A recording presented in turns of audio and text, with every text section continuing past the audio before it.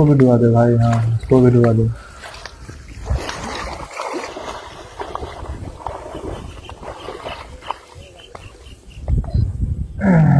अब आके देखेगा क्या फंस जाएगा।